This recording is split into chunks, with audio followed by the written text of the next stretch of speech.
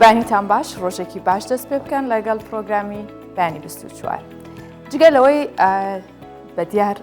بەرنامەکەەوە دانیشن لەگەڵ خواردنەوەی قاوەیەک چاییەک ئەم کەشە خۆشش لە دەست خۆتانمێن بە تایبەت ئێستا جۆگەی فێنێک ئاسمانێکی خۆش سروشت ئەوەندە جوانە کە حیفە بە خەوتن یاخود بە لە ماڵەوە بەسەری بەریت ئەوەندە کەشێکی خۆشیە چونکە من کە هاتم بۆ دەوام ئەوەندە خۆش بوو حەزمە کرد کە کەشەکەی زیاتر یعنی بمێنمەوە و زیاتر لەناو سروشتا دانیشم بەڵام لەگەڵ ئەوەی کە پرۆگرام هەیە ئەبێت ئەو بابەتانەی ئامادەمان کردو پێشکەشیەوەی بکەم ئەمڕۆ دوو بابەتی گرنگمان هەیە و سەرەکی نەویش یەکێکیان باسی واکەین کە ئەمڕۆ ڕۆژی گیانی ڕوبەڕووبوونەوە یاخود بڵین ئاسایشی خۆراکە چونکە گیان ئێستا ڕوبەڕووی قەیرانێکی سەختی خۆراک بۆتەوە و هەرێمی کوردستان چۆن پارێزگاری لە پشتێنەی خۆراک بکات لەکوێم هاوکێشەیە جگەلەوە بابەتێکی دیکەمان هەویش ئەدەبی منداڵان چییە و بنەما سەرەکیەکانی نووسینی ئەدەبی هاوچەرخی مناڵان چین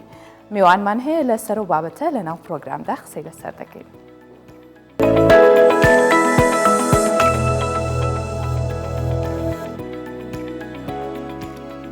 بە مەبەستی کۆکردنەوەی هاوکاری بۆ توشبوانی نەخۆشی شێرپەنجە تیپی مۆسیقای سلێمانی کۆنسەرتێکی هونەری مۆسیقا و گۆرانیان لە شاری سلێمانی بەڕێوەبن کە تەواوی داهاتی و کۆنسەرتان دەبەخشنا و نەخۆشخانەیە کە نەخۆشخانەی شێرپەنجە بۆ چارەسەرکردنی توشبوانی شێرپەنجەیە بە تایبەت ئەوانیان کە بەهۆی زۆری نەخۆش و سەردانیکەرانەوە خۆیان و پزیشکانیان لە ژێر گوشارێکی زۆری کارکردندان و پێویستیان کەم بۆ تۆ بە بەردەوامی نەخۆشخانەی هیوا کێشەی دەرمانی هەیە زۆربەی کات بەهۆیەوەی کە زۆربەی توشبوانی شێرپەنجە جار لە ناوەڕاست و خواروی عێراقیش ڕووی تێدەکەن و کارمەندان و پزیشکان و خۆبەخشانی ئەو نەخۆشخانەیەش بە بەردەوامی لە خزمەت نەخۆشەکاندان.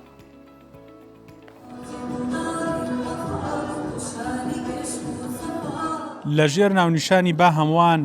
هاوکار و هاوسۆز و بەخشندە بین. تیپی مۆسیقای سلێمانی کۆنسێرتێکی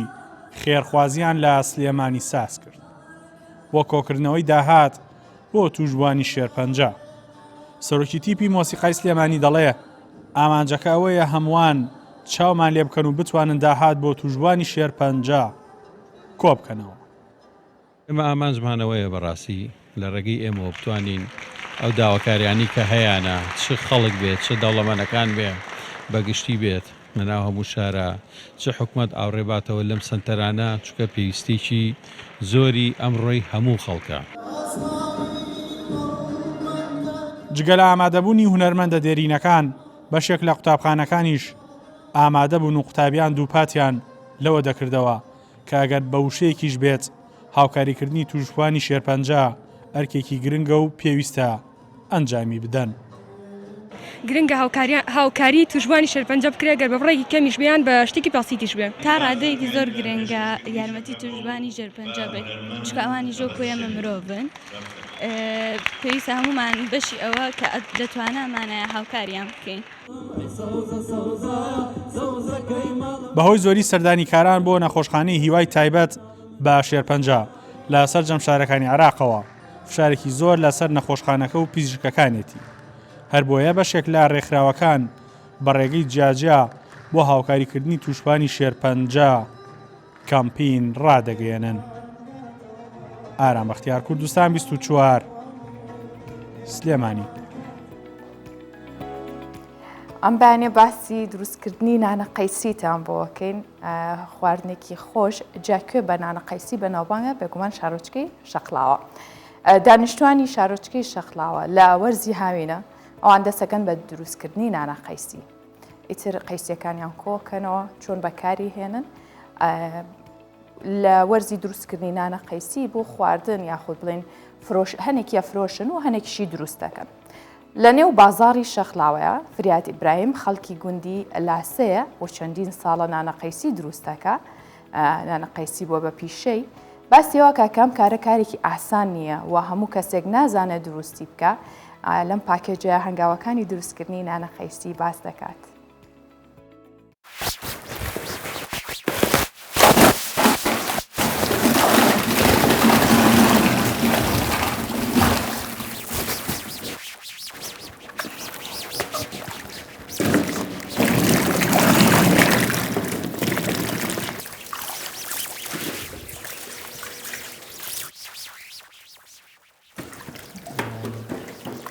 من فریا ئاسمای سلێمان خەڵکی گوندی لاسەم دانیشتووی گوندی لاسەم پیشەم نانە قەیسی دروستکردنە نانە قەیسی لە چەند مەرحەلەیەک پێک دێ گەراز عەلوکە سێو قەیسی بە تایبەتی لە شاری شەقلاوە بە ناوبانگە شەقلاوە بە نانە قەیسی ئێستا ئەوڕۆ سێوی عازرەکەم یەکەم جار سێوەکەی دەینین ئەشۆینەوە جوان بە دوو مەرحەلە جارێکیان بەلەمەی جاری دووەم دە سندوقان بسمیل یەکەین و جوان دەینین دە و مەنجەرانە ئەکەین لەوێ ئاو شتیان تێکەین و ئەکرینین تا پێگەیشت و تا پێ ئەگە ئێستا مەرحەلەی دووەمە کراوە سەعات و نیوەک لەسەر ئاگری بووە لەوێوە دەین شەکر و لێمەندوزی و شتی تێ ئەەکەین و لێچێ دەین بەو جیازانەی هەبێتە درێ جوان لێچێ دەین دەرمان سووریەکەم ئەوڕۆ ئازریەکەین لۆ غەربی دی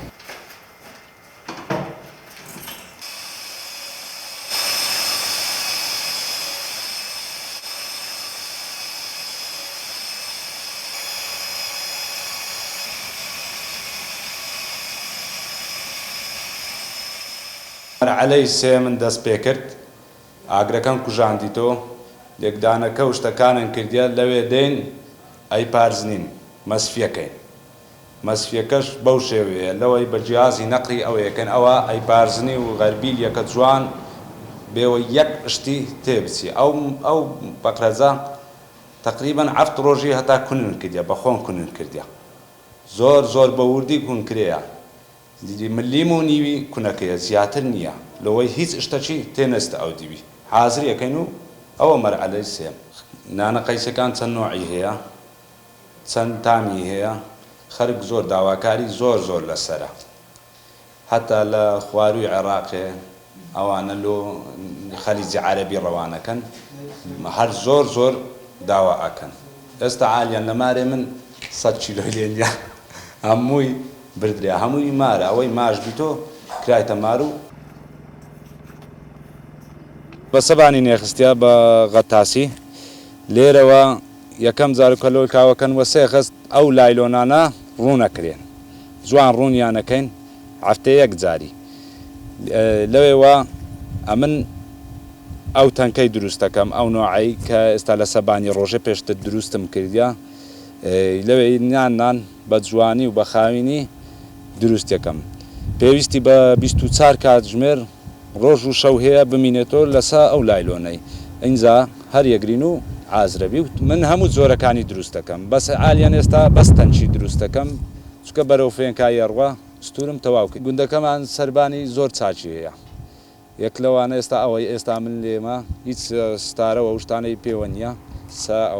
کە لایلۆن بە جوانی ڕاخستە لایلۆنەی خاوین لایلۆنی چیها باشە نەوعیەتی باشە ئەکڕین لەوەی بە ئاسانی تێک نەچی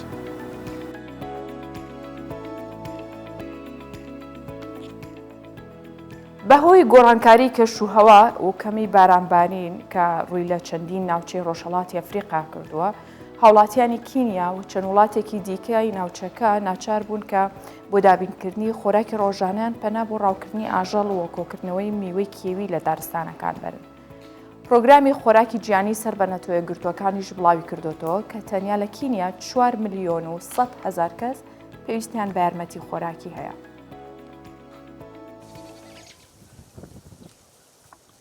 لەگەڵ تێپەڕینی هەر هەفتەیەکی بێباران لە ڕۆژهەڵاتی ئەفریقیا دۆخی ژیان بۆ هاوڵاتیانی کینیا سەختتر دەبێت.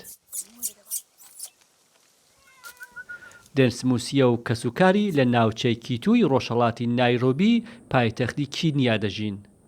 خانەوادەی موسیە 3 ساڵە ڕوبەڕووی کەمبارانی بوونەتەوە. بەرزبوونی نرخی خۆراک چەندین خانەوادەی وەک موسیە ناچار کردووە بۆ ڕاوکردن و دابینکردنی خۆراک ڕوو لە دارستانەکان بکەن.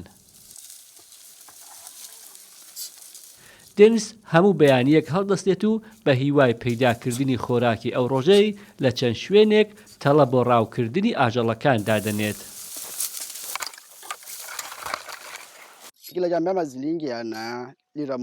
کیلۆیە گەنمە شامی بە 100 شیلینگە، لیترێکیش زەید بە 400 شیلینگە.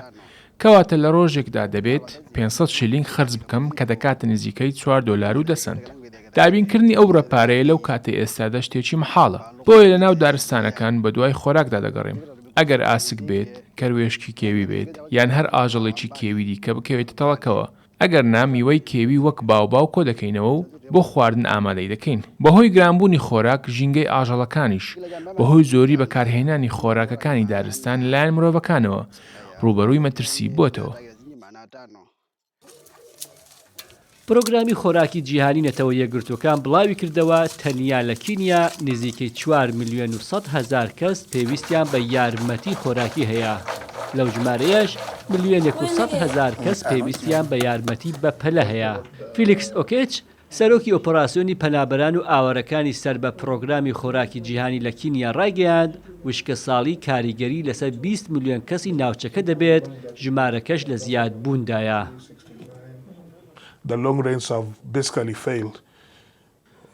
بارانبارینی بەردەوام لە ناوچەکە نەماوە. دۆخەکە وای لە دانیشتوانی ناوچەکە کردووە ڕێژەی ئەو خۆراکەی پێشتر دەیان خوارد کەم بکرێتەوە. ئەو خۆراکانەی سوودیان زیاترە دەستیان ناکەوێت بۆ ئەوەی سچی خۆیان تێر بکەن، پەنایان بردووەتە خواردنی ئەو خۆراکانەی کە لە ڕاوکردن و کۆکردنەوە دەستیان دەکەوێت. ڕۆژی خۆراکی جیهانی دەکەوێتە 16 تشرینی یەکەمەوە.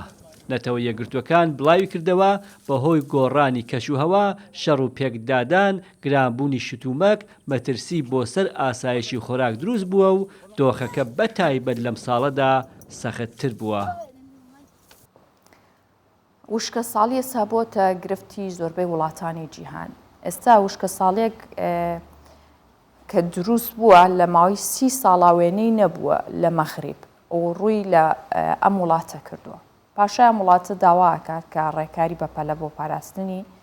سەرچاوە ئاویەکان بگیرێتە بەر بەوەی کەم ئاویەوە. ئاسایشی خۆراکی ئەم وڵاتەش دیسانەوە ناسەقامگیر بووە. لە ماوەی ساڵێکە بەهۆی وشکە ساڵی و تێچووی دابینکردنی گەنم لەم وڵاتە بۆ 2 ئەوەندە بەرز بۆتەوە و گەیشتۆتە 1.6 ملیارد دۆلار. لە ماوەی 23 ساڵی حکمی شاه محەممەدی شەشەمی پاشای مەراکێش بۆ ڕووبەڕووبوونەوەی وشکە ساڵی لەم وڵاتەدا 50 بەنداو دروستکراون. 20 دیکەش لەژێر چاکردندان. بەڵام بەهۆی کەمبوونەوەی ئاستی بارانبارین وشکە ساڵی گەورەترین هەڕەشەیە لەسەر ئەم وڵاتە. شاه محەممەدی شەشەم لەگەڵکردنەوەی خولی پایزەی پەرلەمانی وڵاتەکەی لەم بارەوە هۆشداری دەدات و داوا دەکات هەمووان دەست بە ئاوە بگرن و پرۆگرامی پاراستنی سەرچاوەکانی ئاو جێبەجێ بکرێت. وڵاتەکەمان ئێستا بە خراپتری وشکە ساڵی لە ماوەی 3 دەیە ڕابردوودا تێدەپەڕێت. لەم بارودۆخە سەختەدا لەخوا دەپاڕێینەوە بە بارانی باش ڕەحمەتمان بەسەردا ببارێنێت. بۆ چارەسەرکردنی ئەم کێشەیە ئێمە پرۆگرامی ئاو وەک ئەولەوێتی نەتەوەیی بۆ ساڵی 2022-2027مان ڕاگەیاندووە و پابەندین بە جێبەجێکردنی ئەم پرۆگرامە لە ساڵانی داهاتوودا. بەوتەی شای مەراکش پرۆگرامەکە جیا لە دروستکردنی بەندا و بابەتی دیکە پرۆژەکانی پاکردنەوە و گۆڕینی ئاوی دەریا بۆ ئاوی خواردنەوەش لەخۆ دەگرێت. بەهۆی گەرما وشکە ساڵیەوە ئاستی بەرهەمهێنانی کشتتوکاڵیش لە مەراکش بە شێوەیەکی بەرچاو دابەزیوە.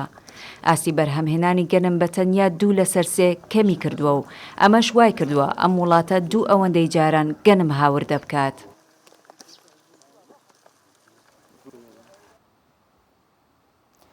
هەموو ساڵێک لەم ڕۆژەدا کە 16 ئۆکتۆبرە باسی ئاسایشی خۆراکەکرێت لە جیهانان، باسی ئەو مەترسیاناکرێت کە گیانی گرتوتەوە و چەندین ئاماری ترسناک ئەخرێتە ڕوو لە ڕووی هەژاریەوە بێت یاخود لە ڕووی ئەو مەترسیانەوە بێت کە کەوتۆتە سەر خۆراک. ئێستا مەترسیەکان یاخود ڕاهندەکانی ژینگە و سروشتیشی هاتۆتە سەر چ کاریگەریەکی کردوتە سەرجیا لە ئابووری و سیاسی لە وڵاتانە. ئەمڕۆ ئێمە گرنگی زیاتر بەم بابەتە دەدەین بزانین ئایا هەرێمی کوردستان لەکوێم هاوکێشەدایە، ئایا ئاسایشی خۆراکی ئێمە تا چەند پارێزراوە، بۆ چەند مانگ ئەتوانین خۆبژێویمان هەبێت. بۆیە میوانداری دکتۆر تەڵعەت محەممەد ساهیرمان کردووە کە پسپۆری ئاسایشی خۆراکە و لە ئەستۆدیۆ میوانی ئەمەیە. دکتۆر بەخێرهاتی بانێکی باش بۆیەوە. دکتۆر ئەمڕۆ ڕۆژی گیانی ئاسایشی خۆراکە. پێم خۆشە بە کورتی باسێکی ئەومان بۆ بکەم ڕۆژە لە چیەوە هاتووە، پێویست بوو ئەم ڕۆژە هەبێت؟ کە کاتی باسی ئاسایش خۆراک دەکەین گرنگی خۆی هەیە و مەترسیش هەیە لەسەرچی لەسەر ژیانی مرۆڤدا. ساڵی 1946 ڕێکخراوی فاو بۆ کشت و کاڵ و خۆراکدا دامەزرا. هەر بە بۆنەیەوە بە تایبەتی 16 ئێدی تشرینی یەکەمدا ساڵی 1946دا دامەزرا بە تایبەتی گوتمان ڕێکخراوی فاودا. وەگنیجی خۆشی هەیە ئەم ڕێکخراوە یارمەتی دەوڵەتەکان دەکا و ڕێنمایی دەوڵەتەکان دەکا بە تایبەتی دەوڵەتەکانی ئیدی کەم دەراماتن ئەوانەی ناتوانن ئاسایش خۆراشی خۆیان دابین بکەن لە کشوەری ئەفریقیا بە تایبەتی و لە کشوەری ئاسیا و ئەمریکەتین ئەوان دەوڵەتانە دەوڵەتی دواکەوتون ئەو ئامێرە پێشکەوتیان نییە کە ئیدی کشت و کاڵ بکەن وەک دەوڵەتێکی پێشکەوت و هۆکارێکی سەرەکیە بێ ئەوەیە دەبێ یارمەتیان بدەیت لە ڕوویی لە ڕۆی ڕێنمایی کشت و کاڵی لە ڕووی پێشکەشکردنی بە تایبەتی یارمەتی مادی و لە معنەویشدا بۆ ئەو وڵاتانە کە کەمێک ئاسایش خۆراشی خۆیاندا ڕێژەیەکی بەرز بکەنەوە بۆ ئەوی کە لە بریشەتی ڕزگاریان بکەن بە تایبەتی ئەو دەوڵەتانە چونکە لەسەر ئاستی جیهان ئێستا تەمەشا دەکەین 828 ملیۆن مرۆڤمان هەیە لە برسێتی دەژین لەسەر ئاستی جیهان ئەمە هۆکارێکی سەرشیە چۆن بنبر دەکەی ئەوانە بەرز بۆتەوەش تەمەشا دەکەین ئەو ئارامەدا بەجێرەی پەرەپێدانی بەردەوام لەسەر ئاستی بە تایبەتی گوتمانی UN شوێندە پێدەن ئەتەنمیە مستەدامە بۆ ساڵی 2030 دەبێ بنبر بکرێتن بە تایبەتی برسێتی لەسەر ئاستی جیهان بەڵام هۆکاری بۆ بنبر ناکرێتن تەمەشا دەکەین COVID-19 بە تایبەتی پەتای کۆرۆنای 19 لەگەڵ ئەوەشدا وشکە ساڵی بە تایبەتی لەسەر ئاستی جیهان هەموویدا بەدەر لەوەشدا ململانەی سیاسی لە بەتایبەتی لە نێوان ئۆکرانیا و لە نێوان رووسیا چکە ئۆکرانیا و رووسیا بە تایبەتی ئۆکرانیا سەبەتەی خۆراک بوو بۆ ئەوروپا بۆ جیهان هەموویدا چکە بەشدار دەبن رووسیا لەگە ئۆکرانیادا لە بەرهەمی گەنم بە 127دا ڕێژەکەی دابین دەکەن لە جۆ لە ئیدی گەنمەشامی لە زەیتی ئەو خواردن بە تایبەتی بۆ خۆراکدا بەدەر لە خۆراکانی ترشدا ئەمەش تەسیراتی خۆی هەبوو بۆ ئەوەی کە برسێتی زیاتر ڕێژەکەی بەرز بێتەوە. ئێمە ئێستا دەڵێن ئێستا تقریبا 828 مرۆڤمان هەیە لەسەر ئاستی جیهاندا لە برسێتی دەژین بەڵام ئەم ڕێژەیە بەرز بۆتەوە لەگەر بەراورد بکەین لەگە ساڵی 2021دا 36 ملیۆن بەرز بۆتەوە ئەگە بەراورد بکەین لەگە ساڵی 2019دا تقریبا 150 ملیۆن بەرز بۆتەوە بەدەر لەوەشدا ئەگە تەمەشای جیهان بکەین و داتای جیهان بکەین لەسەر ئاستی جیهاندا تەمەشا دەکەین ئەو تقریبا لەسەر ئاستی جیهان ئێستا 3 ملیار و 100 ملیۆن مرۆڤ هەن لەسەر ئاستی جیهان ناتوانن خۆراشی تەندروست بکڕن دابین بکەن بۆ خۆیاندا دەستیان پێ ناگەتون مادیە ناتوانن بیکڕنانی ئەمە هۆکارێکی سەرشیە بۆ ئەوەی کە ئیدی ئەو جیهاندا بەرەو برسێتی دەڕواتن و دەبێتن جیهان کار بکە ئیش بکاتن بە تایبەتی ڕێکخراوەکاندا بەدەر لەوەشدا یارمەتی هەیە لەلایەن سندوقی بانقی دووەلی بۆ ئەوەی کە یارمەتی بدرێتن بۆ ئەو دەوڵەتانەی کە ئیدی لە برسێتی دەژین یان لایەنی مادیان کەمە تقریبا 70 ملیار دلاری تەرخان کردووە بۆ دەستی ئەو دەوڵەتانە بگری بە تایبەتی لە کشوەری ئاسیا و ئەفریقیا و ئەمریکەتیندا بەڵام وشکە ساڵی زۆر تەسیراتی خۆی هەیە لەسەسی لەسەر دابینکردنی بە تایبەتی گوتمان خۆراکدا بۆ کە دانیشتوانی جیهانی ئێستا 7 ملیار و 888 ملیۆنە ساڵانەش زیاد دەکاتن دانیشتوان لەسەر ئاستی جیهاندا تەمەشا دەکەین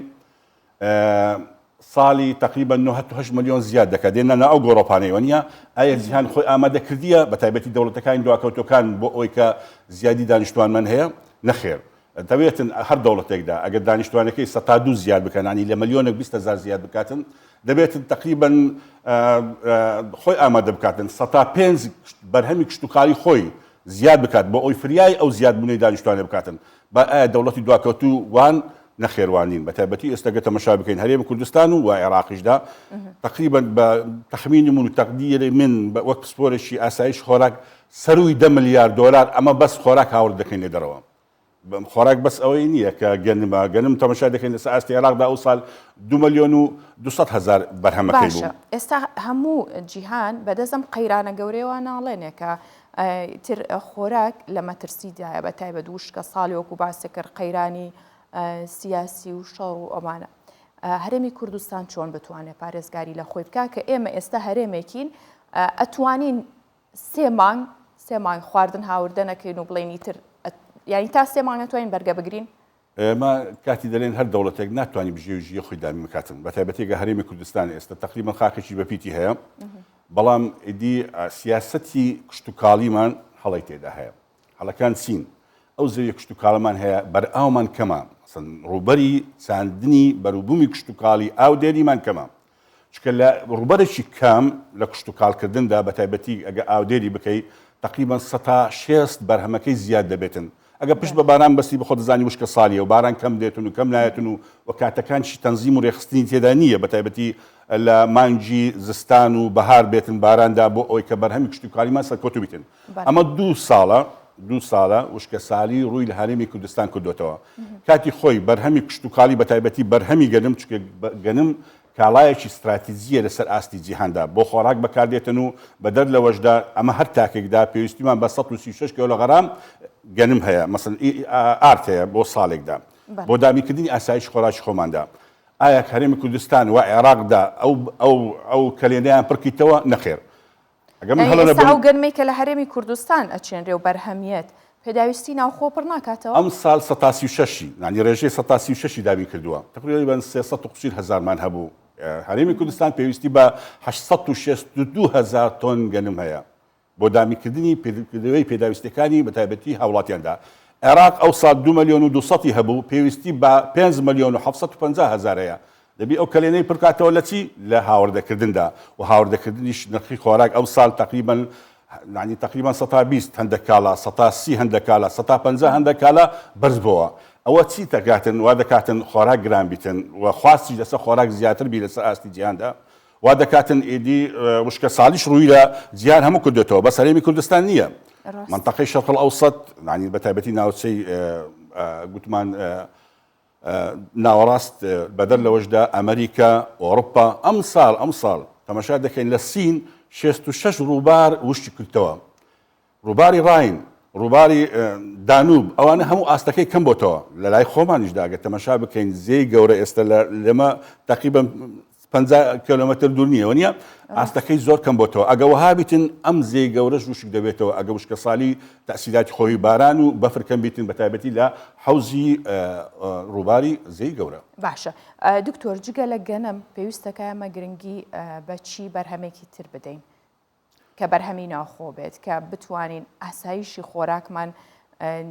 تا ڕادەیەکیش بێ ئەگەر تەواو کاملی نەکەین هەر بەشیەوە بکات بەس بەرهەمی گەنم نییە خۆراکداوە نییە. ئەمە هەر تاکێک پێویستیمان بە 145 کیلۆغرام بەس سەوزاوات و مێوەزاتە بۆ ساڵێکدا پێویستیمان بە 17 کیلۆمەتر ئێدی. باشە مە تەنها لە وەرزەکان هەیە بۆ وەرزێکی تر چی ئەگەر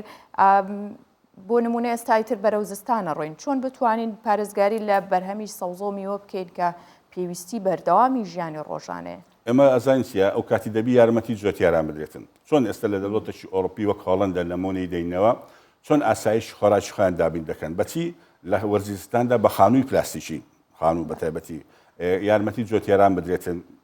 یارمەتی جوتیان بدێ ئەوانش کەمەک بەرهەمی خۆیان زیاد دەکەن وا دەکاتن بە ڕێژەیەکدا ئیدی مەحتیماد لەسەر کەم لەسەر دەرەوە بکەین ڕێژەیەکی بەرز ئەدی ئەو کاتی بەرهەمی ناوخۆیی تەسیراتی خۆی هەیە بۆ ئۆکەی زامن بکەیت بۆ خۆماندا لە هەرێمی کوردستاندا بەدەر لەوەشدا تەماشا دەکەین ئێستا ما ئایا پڕکردنەوەی پێداویستەکانی خۆمان کردی لە هەرێمی کوردستاندا نەخێر بە ڕێژەیە تەماشا دەکەین لە سەوزاوات و مێوەزادا ئەم بەس تقریبا 4 مانگ 5 مانگ لە وەرزی هاوین هەمانە لە وەرزەکانی تر هەموو هەوار دەکەین ئەدی تەماتەی هاورد دەکەین 5 مانگ هەمانە ئەویتی تقریبا 7 مانگ هاوردە دەکەین ئێستا هەمە دەین تەماتە هیچ نییەوە نییە ئەدی تقریبا لەسەر ئاستی هەرێمی کوردستاندا ملیۆنێک و 300 و تقریبا 65,000 خێزانمان هەیەوە نییە ئەدی ڕۆژێ نیش لە تەماتە بکڕن 250 مەبڵەقەکەی دەکات چەند دەکاتن پارەیەکی زۆر دەکەوتەوە سەرچی هەرێمی کوردستان ئەو پارەیە کە پێدێن عوملەی سابا دەڕوا خزمەتی چی دەکاتن لە دەرەوەی وڵات بە تایبەتی جۆتیارانی دەرەوەی وڵات لە تورکیا لە ئیران لە سووریا لە ئۆردن هاوڕێ دەکەین ئەمە هۆکارەکە کلێنەکە ئێمە بەدەستی دەنالێنین سیاسەتی زیراعی هەر دەوڵەتێکدا کە کاتی قەیرانی هەیە کە کاتی ئاسایش خۆراکی خۆی دابین ناکەن دەبی سەتادا بودجەی خۆی تەرخان بکاتن بۆچی بۆ هاوکاری لەلایەنی کەرتی کشتتوکاڵ بکاتن بۆ ئەوی کە ڕێژەی بەرز بکاتەوە بەرهەمەکان بە تایبەتی بەرهەمی کشتتوکاڵی بەڵام ئایا لە دەوڵەتەشی مەسەیان لە هەرێمی کوردستان و عێراق وایە نەخێر تقریبا ئێستا لە هەرێمی کوردستان ئەمن ئەو پەڕی با 500 ملیۆن یارمەتی وەزارەتی کشتتوکاڵ بدەن بە 500 ملیۆن هیچ دەکرێتن نەخێر هیچ ناکرێتن. باشە توانین پێم بڵێ دکتۆر ئاسایشی خۆراک لە هەرێمی کوردستان لە چه ئاستێکە ئایا لە چ مەترسیەکە؟ وەڵاهی مەترسی هەیە مەترسیەکان چین وشکە ساڵی پشت بەستن بە دەرەوەی وڵات بۆ دامکردنی و زامکردنی ئاسایش خۆراکدا بەدەر لەوەشدا ئاو سەرچاوی ئاو لە هەرێمی کوردستان ئاوە پارێزرا لە هەرێمی کوردستان نەخێر سەرچاوی ئاو ئێدی سەرچاوی ئاو ئێدی ئەمە پرۆژێکی ئاودێریمان هەیە کە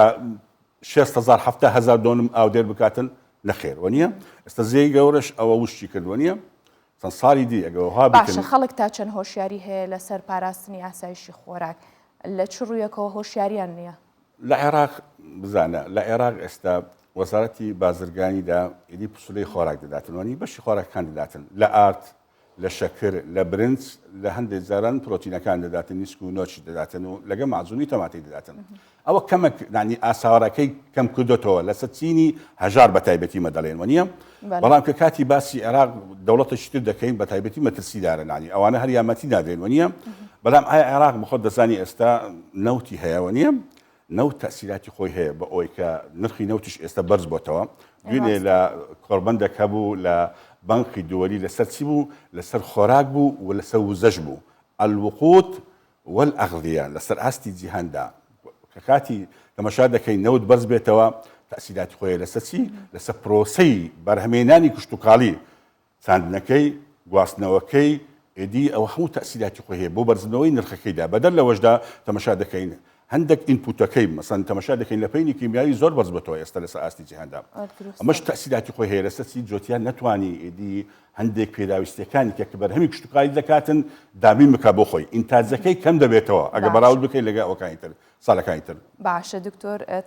تەڵعات محەممەد تایر سپاس کە لەگەڵمان بووی هەڵبەت بابەتەکە زۆر هەڵدەگرێت قسەی لەسەر بکەین ڕۆژێکی گیانی ئاوە کە بە تایبەت ئێستا ئاسایشی خۆراک لە مەترسێکی گەورەیە سپاس بۆ زانیاریانەی بەێمەت بەخشی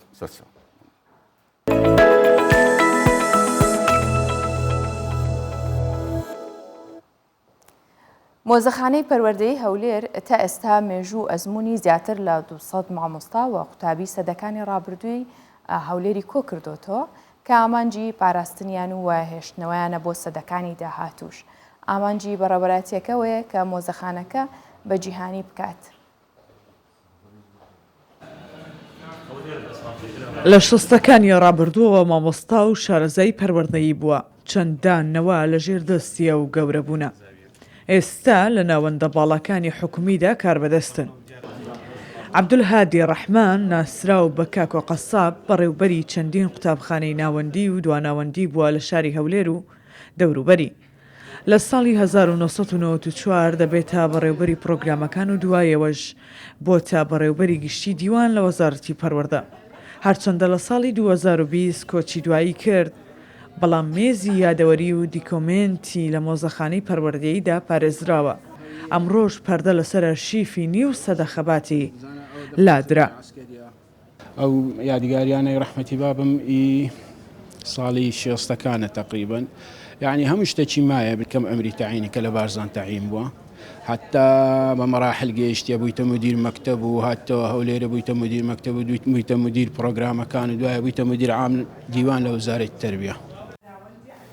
کە دەی تێرە مێژووی هەموو کەسایەتیە دیار و ناسراوەکانی هەولێر پارێزراوە ئەوانەی کە قوتابی قوتابخانەی ئەربیل ولا بوون و بەشێکیشیان هەر لەو قوتابخانەیە مامۆستا بوون وەکو مارف خەزنەدار و موحسین دزەیی و وەعدوڵڵا شەریف و سامی گەردی کە تا ئێستا ئەرشیفەکانیان لێرە پارێزراوە.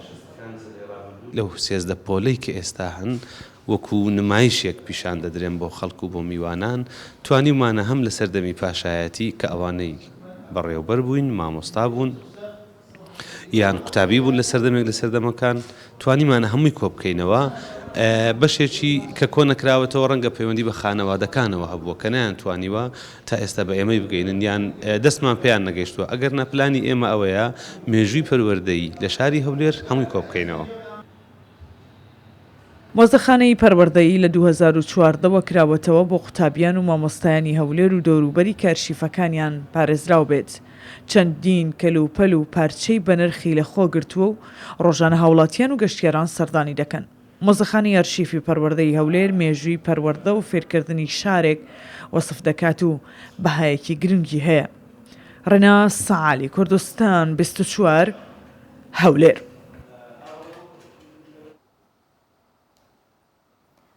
لە سلێمانی پرۆگرامی یەکەمین کۆڕبەندی ڕاوێژکاری بۆ گەشەپێدانی پەروەردە و ئەدەبی هاوچەرخی مناڵان بەڕێوەچوو کە تیا بە وردی باز لە بەرەپێدان و ئەدەبی هاوچەرخی بناڵان لە کەرتی پەروەردەکران و چەند پێشنیازێکیش خرانە ڕوو. قوتابخانە و باخچە تایبەتەکان. ئەدەبی منداڵان دنیایەکی فراوان و هەستیارە بۆ گرنگیدان و تێکەڵکردنی بە پەروەردەی منداڵان لە ناوەندەکانی خوێندندا کۆڕبەندیەک بەڕێوەچوو. یەکێک لە ڕێخەرانی کۆڕبەندەکە بە پێویستی دەزانێت پەروەردە سوود لە ئەدەب وەربگرێ. لەبەر ئەوەی کە ئێستا پەروەردە بەڕاستی لە قەیرانایە و ئەدەبیاتی مناڵان لە چەق بەستویایە، ئێمە لە مانگی ڕابردووە چوارینەوە دیدارێکی ئەدەبیاتی مناڵانمان ڕێک خست. لەم دیدارە دەتوێژینەوەی تیا بوو بەرهەمی ئەو دیدارە ئەم کۆڕبەندەی هێنایەکایەوە لەوەی کە ئێمە بیر لەوە بکەینەوە ئەدەب و پەروەردە تێکەڵ بکەین. هەوڵەکان بۆ دوورخستنەوەی منداڵان لە تەکنەلۆژیا و تێکەڵکردنیان بە دنیای خۆیان هەوڵی دامەزراوە تایبەتەکانی پێویستە، بەڵام بە گوتەی خۆیان لە بوونی بودجە ئاستەنگی بۆ دروست کردوون. ئەم شتانە چالاکیانەوە، چالاکیش بە پارێ ئەچێ بەڕێوە. چالاکی دوو بنەمای هەیە، بنەمایەکی مرۆییە بەڕاستی، بنەمایەکیشیان ئەو بودجێ ئەو توانەمادیە کە لەبەر دەستتا بێت. ئێمە پێشتر لە شارەکانە بنکەی گەورەمان هەبوو، بنکەی ڕۆشنبیری، هەر بنکەیەک چەندین چالاکی ئەنوان بەڕاستی مۆزەفی تیابوو، خەڵکی تیابوو. ئێستا ئەمانە هەمووی کۆکراونەتەوە لە بەڕێوەبەرەتی ڕۆشنبیری منداڵان، ئەوەی لەبەر دەستا ئیشی پێەکەی. گرنگترین ئەو پێشنیازانی لە کۆڕبەندەکە خرانە ڕوو دامەزراندنی دەستەیەکی باڵا بوو بۆ ڕۆژنامەگەری کوردی کە قۆناغی تەمەنی منداڵی تێدا بێت. دەستەیەکی باڵامان هەبێ بۆ ڕۆژنامەگەری کوردی، بەڕاستی ئێمە دەستەی باڵامان نییە، لە هەر شوێنە و بە جۆرێک دەرەچێ. ئەو ڕۆژنامانەش بەداخێکی گرانەوە مەرجی سەرەکی جیهانیەکەی تیان نییە، ئەوەی کە قۆناغی تەمەنی مناڵی تیابێ، زائیدەن ئەو زمانەی قسەی پێکەوە ئەو مناڵە چەند زمانەزانێ. پاش وەرگرتنی ڕاستپاردەکان، ئەنجومەنی چالاکیە ئەدەبی و پەروەردەیەکانی منداڵان لە هەرێمی کوردستان ڕادەگەیەنرێ کە کۆنفرانسێکی ساڵانە دەکات تایبەت بە ئەدەبی منداڵان. هاوژین جەمال، کوردستان 24 سلێمانی. خوێندن بۆ منداڵان تەنها ئەوەیە کە ئەوەی لە ناو منهەج و کتێبەکەی ئەو ساڵەیەتی لەبەری بکات و بۆ کاتی امتحان خۆی ئامادە بکات و تەواو، یاخود هەر ئەوەندەیە کە منداڵەکانمان فێر بکەین قۆناغەکانی خوێندن ببڕێت و ئیدی کارێکی دیکەی پێ نەکات. ئایا خوێندن و نووسین، خوێندنەوە هەموو ئەمانە لای منداڵە بێتە کللتور یاخود ئەبێتە هۆی ئەوەی کە پەرە بدات بە هەنگاوەکانی نووسینی ئەدەبیانە لای منداڵان چۆن فێریان بکەین؟ ئێمە لەسەرم بابەتە میوانداری مامۆستا کاروان عەلیمان کردووە کە خاوەنی ماستەرە لە شانۆ و ئەدەبی منداڵاندا. مامۆستا کاروان بەخێراتی. زۆر سپاس بینەرانمان باش، وادارم بتوانین میوانێکی ڕۆحسوک بین و هەروە بتوانین زۆرترین زانیاری لە مەڕ بابەتەکەماندا بگەینی. ئەبۆ هیوان مامۆستا گیان سپاس. مامۆستا نووسین بنەما و استراتژیەکی خۆی هەیە. بەتایبەت ئێمە ئەگەر بمانەوێت ئەبێت چەندین ساڵ بۆی بخوێنین یاخود لە کۆلێژەکان، بەڵام چۆن بتوانین بناغێکی پتە بۆ منداڵدانین کە هەر لە مناڵیەوە دەست پێ بکات، بزانێت نووسین تەنها کۆپیکردن نییە لە کتێبەکەیەوە بۆ سەر دەفتەرەکەی، خۆی بزانێت بنووسێت، خۆی بزانێت شێوازی وتەکان چۆن ڕێک بخات. هەڵبەتە لە دنیای ئەدەبی منداڵاندا بابەتەکە هێندە سانا و ئاسان نییە ئێمە بتوانین ڕاستەوخۆ منداڵ وا پەروەردە و گۆش بکەین یەکسەر دەست بە نووسین بکات. لە سەرەتادا ئێمە پێویستمان بەوەیە منداڵەکە ڕابهێنین و هەروە منداڵەکە ئاشنا بکەین بە ئەدەبی منداڵان و لە ڕێگای ئەدەبی منداڵانەوە گۆش و پەروەردەی بکەین تاوەکو بتوانێ نەوەیەکی تەندروست و هەروە بتوانێت ژیانی خۆی لە ڕێگای ئەدەبی منداڵانەوە بەسەر بێت. وەکو ئاماژەت پێکرد ستراکچەری نووسین لە ئەدەبی منداڵاندا ستراکچەرێکی زۆر ئاسان نییە تاوەکو منداڵ بۆ خۆی بتوانێت پێی بەو بابەتە باتووە بابەتەکان بنووسێتەوە، بەڵکو ئەمە کاری ئێمەیە یان هاو خامەکانی منە یاخود ئەرچی مامۆستایانە بتوانێت منداڵ زیاتر ئاشنا بکات بەو ئەدەب و جیهانە ناسک و فراوانەی دنیای منداڵە. باشە، کاتەوە ئاشناکردنە چۆنە؟ ئاشناکردنەکە هەروەکو لە سەرەتاش ئاماژەم پێکردووە بەو جۆرە ئاسان نییە، پێویستە مامۆستایانی بەلایەنی کەمۆیان هاو خامەکانی من کە بۆ ئەدەبی منداڵان دەنووسن لە ڕێگای کتێبەکانیانەوە منداڵان سەرەتا گۆش و پەروەردە بکەن و وایان لێ بکەن حەز و ئارەزویان لە بابەتەکە هەبێ و پاشان بچینە سەر بابەتێکی ترکە جگەلەوەی کەوا دایک و باوک هۆکارێکە بۆ ئەوی کەوا منداڵەکەی بەڕۆ ئاڕاستەی شتر بات ناوەندەکانی فێربوون مامۆستایانی بواری هوەر پێویستە بینی دەواازەیەکی زۆر باش واڵا بکەن بۆ منداڵەکان لەو دەواازەیەوە منداڵان لە ڕێگای وانە هوەریەکانەوە منداڵان پەروەردە بکەن و ئاشنایان بکەن بەو بوارە گرنگە. باشە باسیەوەت کرد مامۆستایانی هوەر ئەوەندەی بەبییرمان بەیە خودت ئێستاش بە زۆری کاتێککە مامۆستای هوەرە بینی تەنها وێنە کێشان یاخود میوزیک یەتۆ بەرچاومانیان وەرشەکان. ئایا مامۆستای هوەر پێویستەکە لەسەر ئەدەبیات لەسەر نووسینی شعرێک چیرۆکێک لەسەر شێواز یاخود تێکست چۆن بکەیتە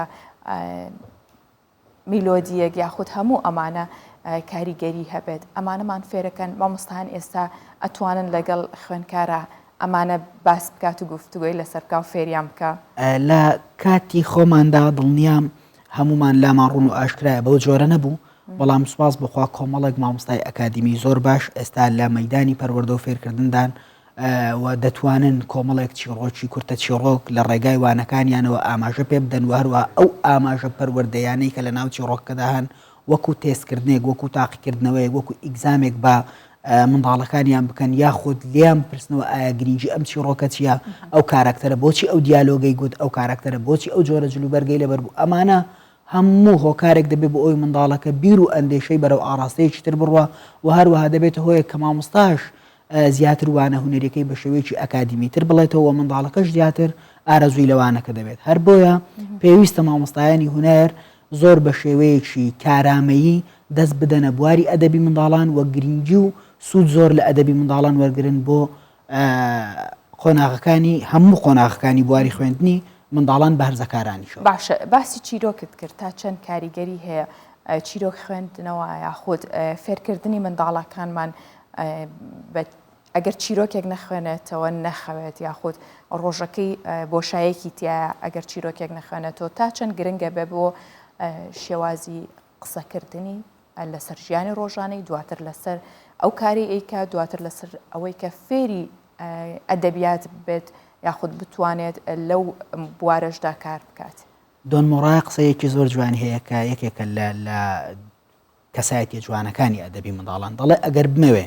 منداڵەکانم پێ بگەێنم لە ڕێگای چیرۆکەوە پێی دەگەێنم چکە چیرۆک هۆکارێکە بۆ ئەوی منداڵ لە ڕووی سایکۆلۆژیەوە زۆر بە جوانی لە کاراکتەرەکان بگا و هەروەها لە بیر و لە ئەندێشەی خۆیدا لە پاشان لە کاراکتەرەکەش دەکۆڵێتەوە. دەڵێ چی مۆڕایە دەڵێ ئەگەر بێت و منداڵەکەم پەروەردە بکەم لە ڕێگای چیرۆکەوە پەروەردەی دەکەم بۆ ئەوەی بتوانێت کاربڕێکارێکی ژیان بێ و هەروەها بتوانێت لە کۆمەلگادا کەسایەتێکی سەرکەوتو لێ دەربچێت و هەروەها بتوانێت زمانزانێکی باش بێ و کارەکانی خۆی زۆر بە باشی بەڕێ بە کەواتە چیرۆک هۆکارێکی زۆر گرنگە لە ڕووی پەروەردە و سایکۆلۆژیەوەکەوا منداڵ بە شێوەیەکی باش پێ بکەین. ئێمە کۆمەڵی چیرۆکمان هەیە کورتە چیرۆکن ڕەنگە دایک و باوکانمان یاخود لە ڕێگای کتێبەکانەوە بۆ منداڵان بیخوێنێتەوە ئەگەر بەراورد بکەی ئەو دایک و باوکەی کەوا گرنگی بەلایەنی پەروەردە و ئەدەبی منداڵان دەدا یاخود کۆمەڵێک بابەت ئیتر ئۆپەرێت بێت چیرۆک بێ هۆنراو بێ بۆ منداڵەکان بخوێنێتەوە سیر پێ هەر لە سێرکڵ یەکەم لە بازنی یەکەمی سەرەتایی ئەگەر ڕەوزەش سیرکەی ئەنی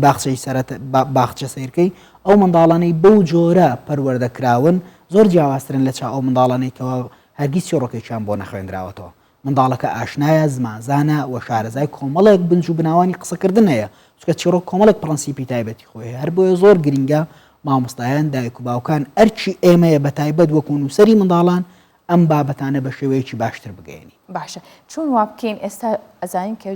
جیهان جیانی تەکنەلۆژیایە چۆن بتوانین وا بکەین کە منداڵەکەمان سوود ببینێ لەو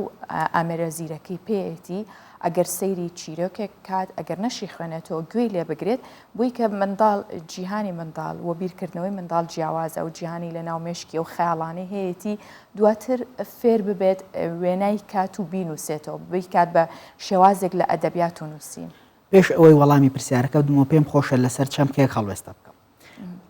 ئەو هەندە زیرەکەی کەوا بەدەستی ئێمەوەیە ئەو موبایل ئەو بابەتە تەکنەلۆژیانە بەڕاستی کاریگەریەکی زۆر نەرێنی لە ڕووە نەرێنیەکەەوە لەسەر منداڵ دروست دەکات. ئێمە ئەمە چەمکی بەرنامەکەمان نییە بەڵام ینی هۆکارێک نییە بۆ وەسیلەیەکی زۆر سەرەکی نییە بۆ پەروەردە و فێرکردن بەڵام ئەگەر بێت و ئەوەمان لە دەست ڕۆژ بێ و تیرەکە لە کەوان دەرچوو بێ منداڵەکە بۆ نمونە بە جۆرێک لە جۆرەکان وابەستەی ئەو بابەتە کرابێ پێویستە دایک و باوک زۆر هۆشیارانە مامەڵە لەگەڵ ئەو هەندە بکە کە لە دەستیدایە وە پێویستە زۆرترین ئەو پەیجانەی لەلا بێکەوە پەیوەندی بە منداڵەوە هەیە چەندین پەیجی بواری منداڵان هەیەکەوە نووسەرەکە هەڵساوە بەچی هەڵساوە بۆی خۆی چیرۆکە دەخوێنێتەوە خۆی ئەدای کاراکتەرەکانیش دەکات یاخود ئەگەرنا سەدان بابەتی لێ بڵاو کردێتەوە بە ڕەنگا و ڕنگ بە وێنەی زۆر جوان بۆ ئەوەی کەوا بێ منداڵەکە بگەێنێ ئەگەر ئەو دایک و باوک ئەو ڕێگایەشی پێ ناگیرێ وا لە منداڵەکەی بکە منداڵەکەی هەندێکی ئەنی هەندی نەداتێ یان ئەو کەرەستە و ئەداواتە زیرەکانەی کە ئێستا هەیە ئەو کاری فێرکردن نەتوانێت لی بگرێتەوە با بەلایەنی کەمەوە لەسەر ئەو خاڵانە هەڵوەستە بکاتکەوە پەیوەندی بە بابەتەکەەوە هێنەوەکو ئێمە بابەتەکەی بدەین بێمەوە سەر پرسیارەکە بۆ ئەوەی کەوا ئێمە بتوانین بە شێوەیەکی باش بابەتەکانمان و هەروەها منداڵیش پەروەردە بکەین ئەمە ئەرچی ئێمەمانانە بەڕاستی ئێمە خۆمان لە ئەرکەکە دزیوەتەوە و نووسەرانی منداڵانیش بە هەمان شێوە زۆر جار وایە بابەتێک اقتراح دەکەن بابەتێک دەنووسن وابەستەی بیر و خەیاڵی خۆیانە چۆن وێنە کێشان کە یەکێک لە کەرەستەکانی ڕەنگە چۆن دەنگخۆشی و هەروەها بەهرە هۆکارێکە بۆ دەنگخۆشی هونەرمەندێک ئەو هاش زمان و شارەزابوون لە پەروەردە و ئەدەبی منداڵان ئەرچی نووسری منداڵانە شارەزا بێ و هەروە بتوانێت بابەتەکانی بە شێوەیەکی باش بکەێنێ کەواتە ئەو ئەرچی ئێمەیە ئێمە بەڕاستی کەم تەرخەمین لە بابەتەکە کە دەڵێم ئێمە من سەرەتا خۆم باز دەکەم ئەم جا نووسەرانی تر چکە بەڕاستیەکەی کاربڕێکار و سەرکردەی وڵات هەر منداڵانن لە ئایندەدا بۆ ئەوی ئێمە بتوانین ئەم کارە بە شێوەیەکی باش بگرینە دەست وەروە بتوانین لە ڕێگای ئەدەبەوە منداڵان پەروەردە بکەین چەپڵەکە بە یەک دەست لێ نادرێ و دەبێ ئێمە شاوکاری باشە ئەتوانین پرۆسی خوێندن بکەین بە دەواازەیەک بۆ ئەو فێربوونی ئەدەبیات و ئەو پرۆسی کە ئێواتانوێت بێگومان دەتوانین چۆن ئەتوانرێت بۆ نمونە چۆن دەتوانین لە ڕێگای پرۆگرامەوە دەتوانین کۆمەڵێک بابەتی زۆر سانا و پەروەردەیی و پەیوەندی بەلایانی دەرونی و سایکۆلۆژیای منداڵەوە بێ بە ئاخنینە ناو بابەتە پەروەردەیەکان ئەمە لەلایەکی تر ئەگەر بێت و مامۆستایانی هونەر هەروەکو سەرەتای بەرنامەکەش ئاماژەمان بکرد مامۆستایانی هونەر هەر جاری وانەیەکیان بە ئۆپەرێت بە چیرۆک و هەروەها بە هۆنراوە بەسەر بەرن بە بێگومانی کاریگەری دەبێت ئێمە مامۆستایانی هونەرمان ئەوەی کەوا من ئاگدارم و هەروەها بەردەوامیش لەناو ئەدەبی منداڵاندا کارم کردووە ئەمەوە نزیکەی 20 ساڵێک دەبێت ئەگەر سیر بکەی مامۆستایانی هونەری دەچن وێنەیەک دەکێشن و تەواو لەسەر تەختەکە یعنی تۆ 40 دقا 35 دقا منداڵەکە بە یەک وێنەوە سەرقاڵ دەکەی کە وێنەکەش ڕەنگە زۆر ئەو بابەتە پێرفێکتە نەبێکەوە لە ڕووی دەرونی منداڵە بێ بەس منداڵەکەی پێ دەخافڵێنی بەڕاستی ئەمە وەک کوردانە گوتی جەریمەیەکە ئێمە دەبێ وانەکانمان لە ڕێگای ئۆپەرێتەوەکە بێ ئۆپەرێتێک دێنی کۆمەڵە دیالۆجی پەروەردەیی تێدایە و کاراکتەرەکان دیالۆگەکانی سوک و ئاسانە دوو منداڵ دەهێنی هەم دەبێتە هۆیە کەوا منداڵەکە شارەزا دەبێت لە ڕووی زمانەوانی لە ڕووی پەروەردەیی وهروە لە هەموو جانبەکانی تری باشە ئەو وانانەی کە خوێنرێ ئاماژەی فێرکاری تایە یا خود ئاماژەکردن بۆ فێرکاری تا چەند گرنگە هیچ نووسینێکی منداڵان نییە ئاماژەی پەروەردەیی تیا نەبێ تەنها بابەتی ئەو نووسەرانە نەبێت کە بۆ خۆیان وابەستە کردو بە ئەدەبی منداڵانەوە بەڵام نووسری ئەکادیمی ڕاستەقینەی منداڵان هیچ بابەتێکی نییە وابەستە نەبێ بە ئاماژەی پەروەردەی و لایەنی پەروەردەیەوە چکە لە کۆتاییدا ئەم بابەتە بۆ ئەدەبی منداڵانە ئێمە دەمانێت منداڵەکە پەروەردە و گۆش و فێر بکەین ڕاستە بەڕێز کاروان علی زۆر سپاس کە لەگەڵمان بووی بە هیواین خامۆ و نووسینەکانتان ببێتە هەوێنێکی باش بۆ بنیادنانی منداڵان لە داهاتوودا بە کەسانی زیرەک و نووسەر و دەوڵەمەند لە ناو هەرێمی کوردستان و لە ناو کوردستانە سپاس بۆ ئێوە و هەمیشە هەبن زۆر سپاس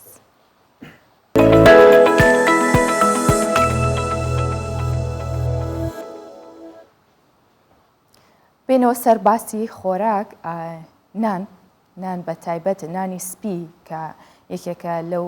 خواردانەی کە بەردەوام لەلایەن دکتۆرەکان و بەگشتی پسپۆڕانی خۆراکەوە هۆشداری لەبارەوە درێکە نابێت زیاد لە پێویست لی بخورێت ئەوەش بەهۆیەوەی کە زیانی تەندروستی هەیە کە بە دوای خۆیان چەندین زیانی تەندروستیە گەیەنە کاتێک ئێمە بەردەوامی نانی سپیە خۆین لەسەر هەموو خواردنێکمان پارچەیەک نانی سپی هەیە بەشێک لە ئەو پزیشکاناڵێن بە هیچ جۆرێک نابێت نانی سپی ببێ بە بەشێک لە سیستەمی خواردنی ڕۆژانەی خەڵک کارچەنە ئێمە سەرسفرەکان نییە نانی لەسەر نەبێت و هاوکاتێکێکیشە لە هۆکارەکانی زیادبوونی کێشی لەش و لەم راپۆرتەیە گەنجێگەبینین کە دوای واسیێنانی لە خواردنی نانی سپی و بەردەوامی لە وەرزشکردن چۆن بۆ بە خاوەنی جستەیەکی ڕێک باو ببێتە نمونەیەک و هەمومان چاوی لێ بکەین کە ئیدی نانی سپی بەکار نهێنین ئەگەر بەکاریشمان هێنا زۆر کەم بخۆین تا پارێزگاری لە جەستە و تەندروستیمان بکەین. ماوەی 2 ساڵە ڕۆژانە بە بەردەوامی دێت بۆ هۆڵی وەرزشی بۆ پاراستنی تەندروستی و ڕاگررتنی هاوسەنجی کێشی لەشی. ئیمان تەمەنی 24 ساڵە و بەرلا دەستکردن بە یاری و پەیڕەوکردنی پرۆگرامی ڕەزیم کێشی لەشی زیاد و ناڕێک بووە. دوای ئەو ماوە وەرزشکردنەی ئێستا بۆتە خاوەن لەشێکی ڕێک. ئەو دەڵێت تەنیا وەرزشکردن هاوکار نەبووە لە ڕێککردنی کێشی لەشم، بەڵکو نەخواردنی نان لە ژەمەکانیدا هۆکارێکی سەرەکی بووە. پێش دەستپێکردنی یاری لە جوانی ئاسایی نانم بەکاردێنە و سەمونم بەکاردێنەوە هەموو جۆرەکانی هێورکاریم بەکاردێنە، بەڵام دوای دەستپێکردنی یاری لە جوانی بە پێویستم زانی کۆتایی بە هەرێک لەو شتانە بینم کە بخۆم لەوەی بگەمە ئەو لە شولاری کە دەمێ و لە شولارێکی ڕێکەمە بێ، چونکە بێگومان لە شولارێکی ڕێک بەبێ بوونی بەرنامەیەکی خۆراش تەندروست هیچ کات ناگەی، پێویستی بە بەرنامەیەکی تەندروست هەیە لەوەی بگەی ئەو شتێک کە دەتەوێت. لە ماوەی چەند ساڵی ڕابردوودا بەردەوام باز لە زیانەکانی نان دەکرێت وەکو هۆکارێکی سەرەکی قەڵەوی و نەخۆشیەکانی تر. وای لێ هاتووە کە مرۆڤ بەردەوام بە ترسەوە لە نان بڕوانێت و بە گومانەوە بیخوات یان ئەگەر بتوانێت وازی لێ بهێنێت. ئەو زیانانەی کە باسکراون بریتین لە زیانەکانی ئاردی سپی. پسپۆڕانی شکۆکن لەسەرەوەی کە پێویستان نان لە ئاردی بۆر دروست بکرێت. ئاردی سفرەکەی لێرکۆنە کێشەکە بەڕاستی بەناوەکو خودی خۆینان کێشەی نییە، دەتوانین ئێمە بە گوێرەی بڕەکەی چەند دەتوانین وەری بگەین و بیخۆین و هەروەها بە گوێری زۆری کەسەکە. بۆ نمونە ئێمە ئەگەر ڕزیێمیش دابنین لە بۆ کەسەکە تەنانەت ئەگەر خودی شەکرێشی هەبیتن تەنها بڕەکەی لێکەم دەکەیتەوە، شتێکی وای فەرقینە. ئەگە برن گەنمەکە 100% کاربۆهیدراتی تێدا بێت 175 زوێکەشدا هەیە، یعنی لە ڕووی بابرەی قەڵەویەوە بەڵام لە ڕووی پێکاتی ڕیشاڵیە دەوڵەمەندترە زۆر باشترە، یعنی وەکو سەرچاوی ڕیشاڵی خۆراکی ئەوە وەکو لایەنی با بڵێن قەڵەوی هیچ فەرق ناکاتن وەکو لایەنی قەڵەویەکەی. نان بەشێکی گرنگە لە خواردنی ڕۆژانەی هاوڵاتیان. زۆربەی خواردنەکان پێویستیان بەوەیە پارچەیەک نانت بەدەستەوە بێت کە پێوەی بخۆیت. بەڵام پسپۆڕانی خۆراک دەڵێن هۆکاری سەرەکی دروستبوونی ورگ و قەڵەویە لە کاتێکدا بە خواردنی مێشک و ماسوولکەکان دادەنرێت. شەیمە بایس کوردستان 24 هەولێر. ئەمڕۆ پرۆگرامەکەمان زیاتر باسی و شوێنانەمان کرد یاخود بە گشتی باسی ئاسایشی خۆراکمان کرد لە چەند لە مەترسیە چەندین وڵات تووشی گرفت بۆتەوە پەنابەن بۆ ئاژەڵ بەکارهێنانی ئاژەڵ و خواردنی. بەڵام هەرچەنە وردە وردە بەرەو زستانە ڕۆین بەشێکی زۆری میوەکان میوەی ئەم وەرزە پێگەیشتووە. لە غەزە هاوڵاتیان ئەم شارە بە جلوبەرگی ڕەسەنی خۆیانەوە دەستیان بە چنینەوە کۆکردنەوەی بەرهەمی زەیتون کردووە. ئەوەی کە زیاتر جوتیارانی دڵخۆش کردووە زیادبوونی بەرهەمەکانیانە جیاواز لە شوێنەکانی دیکە ئیدی غەزە ئارامێکی بەخۆیەوە بینیوە و بەرهەمی زەیتونەکەی زیاتر ئەمساڵ. هذا مزرعة جدي وحصدها بي وأنا أكمل مسيرة بين أحضان شجر الزيتون أرضي. عيد الثمر الأخضر قد نضج وهواء برهمي فيقية كسكي جهشتي وهوايك هين دهو دتشا بسر باغك زيتونان دا قد دمي چنين دايا. موسم جني زيتون هو ورز جنين زيتون وك آهنگي بوما فلسطينيان ام بكيف خوشي دز بفيكاري دكين جبركو زيتون بشكن جناسنامه ام بگرنگی ول چاندنا زيتونان دنيرين جبركو و كاميراتكي جواب و پیران و بوما مايا لسرمجي بيتفيا ام باريسكاريه لبكن. رغيف الصاج على نار الحطب يتقلب بين سيلك لسر پلن آگری هاتیه دانانو نان تیرو که بدست جنان لسر دهت آماده کرن. اوه و کاری و رسمکی و شاهیه که بوی کلتور ددم گهشتنا برهم زیتونان. جوتیاران مینا زاروکه کی نازدار کرینه. وجب تدلیلهم الزيتون احنا عندنا في الموسم هذا بكون وەکە زارۆکên خوا ئەم چاودێریە ڤان زەیتونان dikin dest bi çinînên dikin û xêzanên xwe li vê dê kom dikin û birêwresmên taybet bi dirêjahiya rojê li bin van daran dimînin. Nanê tenêk digel ze'ter û zeyta zeytûnan li ser sifra xwe amade dikin. الفلسطيني المميز الخبز الصاج الزايد والزعتر. في غزة يضخ أغلب حصيل بهرا پتریاوی برهمی لغزه که دوی سالدان نیزی 35,000 تونان بویه. دهیت آماده کرنو دخنه ناوا 35 عصاریان. هیا بهت گواشتنو زیت کارونجه به جدا کرن بو فروتند ناوا بازاری دا. العصر والتحويل تمهيدا للبيع. هذه السنة هي سنة ماسية بامتياز بحمد الله. أفصل برهم ما باش بو جهشت نزيكي 35,000 تونان نزيكي 8 صادي دچيت ناف عصاريان دا ام بيجبينيو هندت كين كو برهم ايصال زيادتري خاصة بازاريا وبكارين بو دروي ولاتي جي بهنرين هيا خلق ببينو ما چند برهمك باش هيا ويسألونك عن زيتون ولاتی بخوشی و شاهی چاودریا دارن زیتونان دکن. اون وکا چتره که سیبرا خو بسر و آخدا بلاف کری. بوی ناسنامه آوی گلیو دبیجن. هندی افدار الوی دربن امجی الوی درینه. زيتون يقول أنا هنا بها طباسي كردستان بالسوچار غزة فلسطين. ڕۆژێکی خۆش بۆ ئێوە.